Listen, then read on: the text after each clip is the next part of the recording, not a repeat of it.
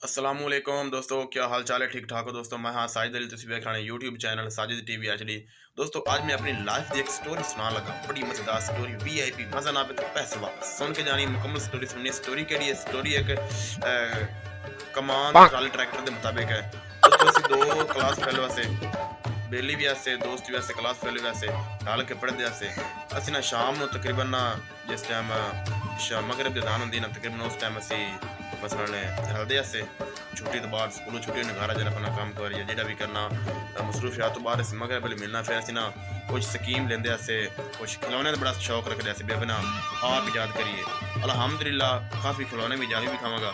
उस अलावा दोस्तों ना बस एक शैतानी चरखा देन ते आ गया भाई अज गन्ने छिकिए, ट्राले तो गन्ने छिकिए। तो नाल साडे एक तीसरा रल गया उनदे भी ना वो भी सारा दोस्त ही हा लेकिन पढ़ता साढ़े नाल कोई नहीं हा। असा ना की काम किया अपने पिंड तो ना छोटा जिहा पिंड है, अस पिंड तकरीबन अद्धा किलोमीटर या 1 किलोमीटर पिंड थोड़ा जा बाहर चले गए जी साइड तो ट्राला पिंड आ रहा। असी ना ट्राले के पिछों गन्ने छिकने शुरू कर दिते। तकरीबन अस ना चौन गन्ने छिक ले जेडे पिंडा ने समझते उस भी 3 पूले गन्ने के किन्ने होंगे ने 3 पूले इतने गन्ने से छिक ले।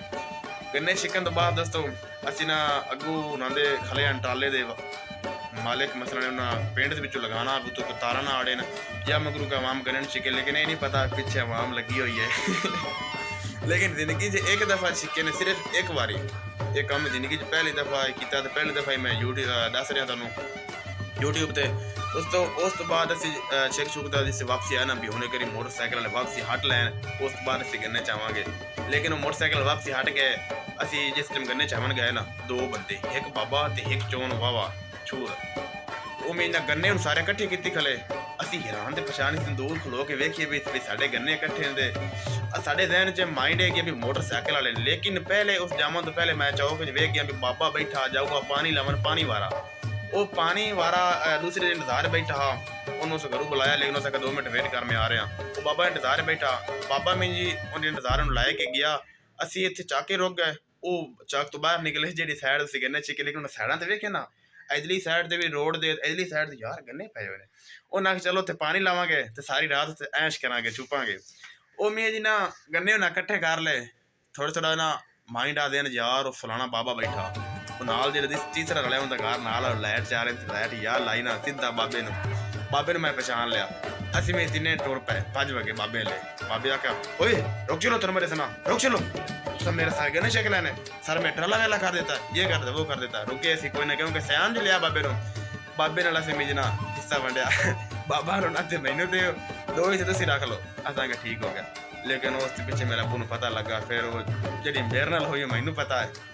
आज इतने वीडियो करने एंड छोटी जी स्टोरी आई इंशाल्लाह ताला उस बाद मैं अपने ना खिलावने के बारे स्टोरी अपलोड करता टिकटॉक पे भी तो यूट्यूब पे भी। लेकिन व्लॉग से लैदा छोटी जी स्टोरी मैं कि ना बस मेरा मूड बनाया तो मैं दोस्तों दस दईए।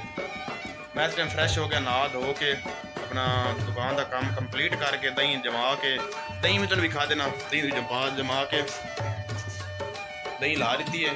दही लाने तो बाद दूध मैं दे लिया बाकी दूध फ्रिज रख दिता। दूसरा मेरा नाल का कदम जो दुकान चला रहा जो 1-2 गाहक आ रहे गाहक टोर रहा उस वाट के मैं नहाता 10 मिनट वेट कर रहा अपने क्वार्टर च। दोस्तों इंशाल्लाह ताला आज की स्टोरी इतने एंड करने लव जो हो गया जो मेरे यूट्यूब चैनल तो नवे जल्दी सबसक्राइब कर लो। तो अभी एक फनी वीडियो शूट करने लगे इंशाल्लाह ताला बड़ी बेहतरीन मज़ेदार वीडियो ऐसा असी बंदे भी ट्रेन कर रहे हैं नाल थोड़ी सपोर्ट की जरूरत है। जितनी सपोर्ट करोगे उतने मैं इंशाल्लाह ताला बेहतरीन व्लॉग फनी वीडियो बना के थोड़ी खिदमत हाजिर होता रहा।